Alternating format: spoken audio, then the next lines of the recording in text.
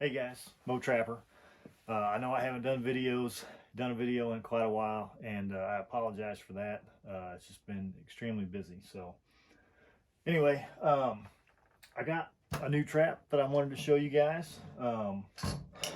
This one is from High Country Control, and Tom Bodette is the guy's name. And this one here is called the Circle CLM.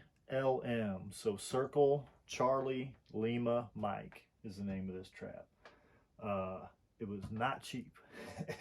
This trap, as it sits right here, was $42 plus another 15 bucks in shipping. So it wasn't a cheap trap um, to get, but I've heard about these in the past, and seen some things about them online and things like that. So I wanted to get one and just kind of get a look at it and see what it was all about. And then I figured I'd show you guys what I found out. So it's a very heavy trap, very well made, I would say.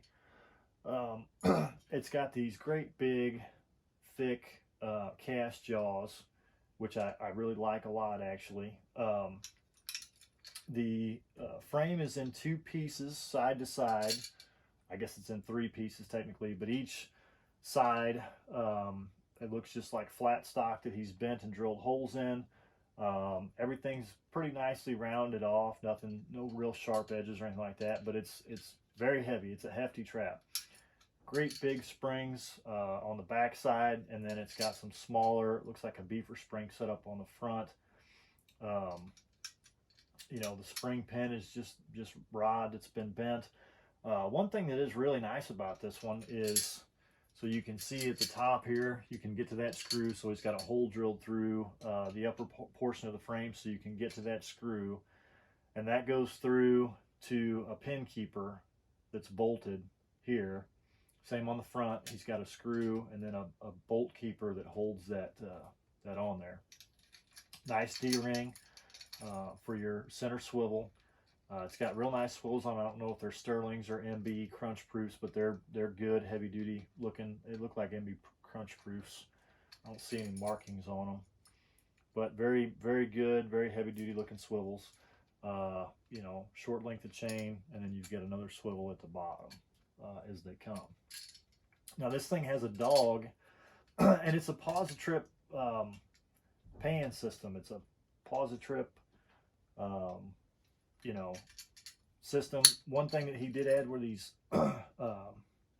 plastic spacers that I think is a nice touch to keep everything moving. It's got a nylock nut on that, which is nice too, so it won't back out on you.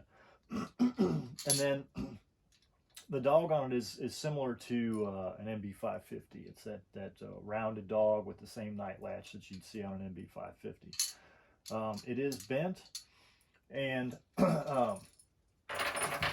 so when you get this, when I got mine in the box, there was a bit of a pamphlet in there, a couple of pieces of paper that told you about the trap. And it said in there that these were all set from the factory to 4.5 pounds of pan tension. That's not the case with this one.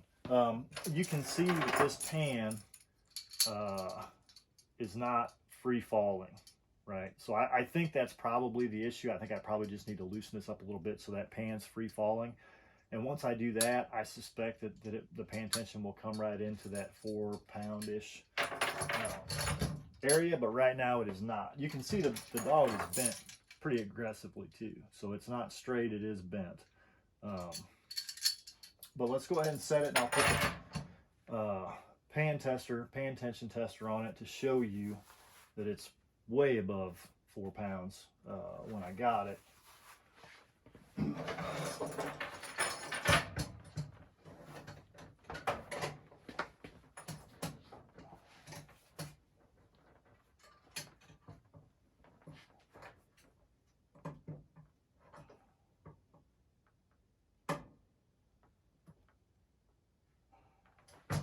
So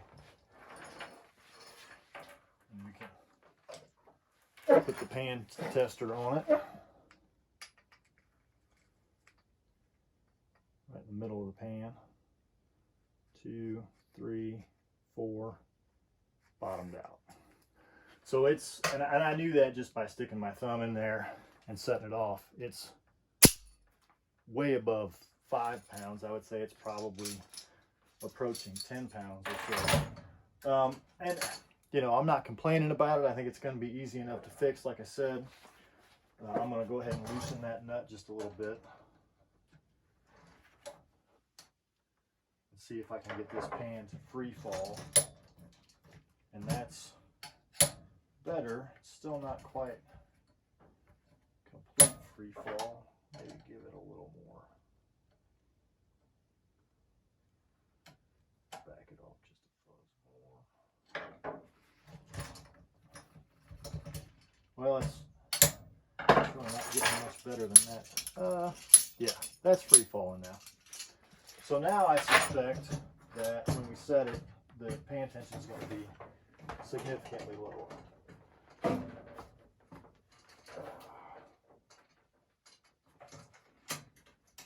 These springs are strong, boy, let me tell you.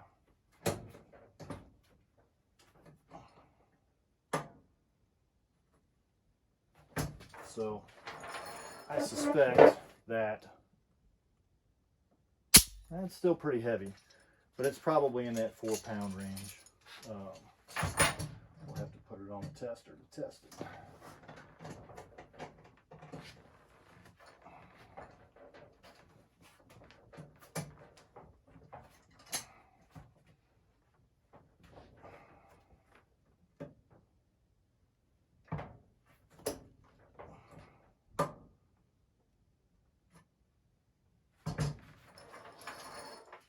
So we'll see now if we can get it to go.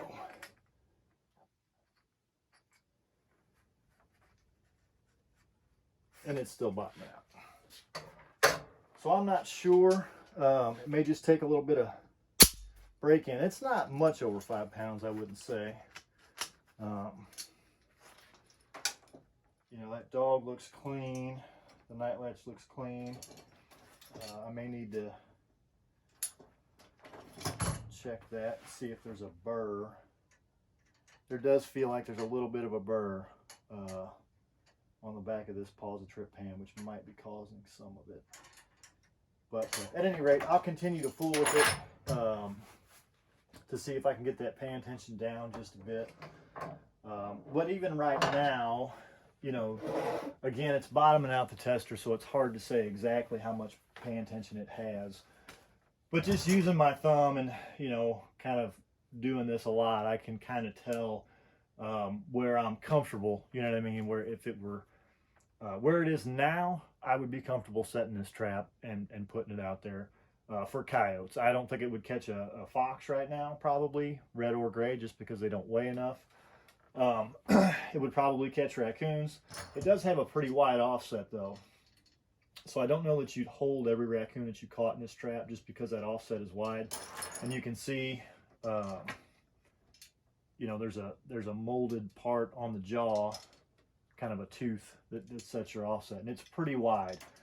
If I was going to go after, you know, fox or raccoons, or I thought there was a good chance of catching those, I may take a file and file those teeth down a little bit so that offset, because you can adjust that offset by doing that to bring that offset a little bit closer. But so right now it's got a pretty wide offset. I don't know exactly how much it is. I guess I should measure that and see if I can tell you exactly what the offset is. Looks like it is,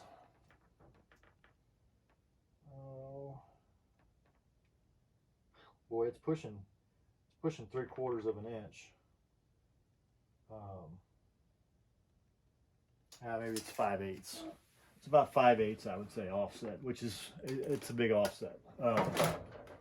You know, cats and coyotes you'd probably be fine with, but raccoons, I think you're going to end up having some pullouts. But again, these aren't designed for raccoons. These are designed for coyotes. Like I said, big, heavy cast jaws, nice, wide, so you're not going to have a lot of paw damage or anything like that. Real heavy springs, lighter beaver spring in the front. It's a very nice trap, very well built trap. I would definitely say that. Haven't had it in the ground yet. I don't know how it beds. It lays nice and flat when you set it. That's another thing that I didn't tell you is the overall dimensions. It is a big trap for sure. It's a very big trap. So let's set it again. I will put the tape measure on it and give you some dimensions for it here. So it is as set, and again you can see there's a little bit of a dish to it this way, but I think that thing's going to bed really nicely once you get it in the ground. I think it's going to bed really nicely. So front to back, outside it's 6.5, and then side to side, outside it's about 7. So, and then lever to lever outside it's 11.5. So it's a very big trap. Obviously you got to check your laws in your state as far as, you know, what your requirements are, how big of a trap you can go with. Here in Missouri we don't have a limit, so there is no yeah, I would set that trap. I think it's fine. I think it's probably, you know, maxing out that tester, but just barely. And I would say, you know, for coyotes, I think you'd be just fine to set that trap as it is right now. But anyway, as I was saying, go check your requirements. In Missouri on land for foothold traps, there is no requirement, so you could put a TS-85 in the ground if you wanted to in Missouri. But a lot of states I know have an overall width and length, you know, requirement. So it's probably too big for some states, but it's a very nice trap. I look forward to taking it out, putting it in the ground, and seeing what we catch on it, and seeing how the overall performance is. But I think you know, there's a lot of traps that are less expensive than this one that will catch coyotes and cats just fine. But if you're looking for something specifically, maybe for live market or something where you're really trying to do as little paw damage as possible, this would probably be a good option for you. So anyway, that's it for today. Thanks.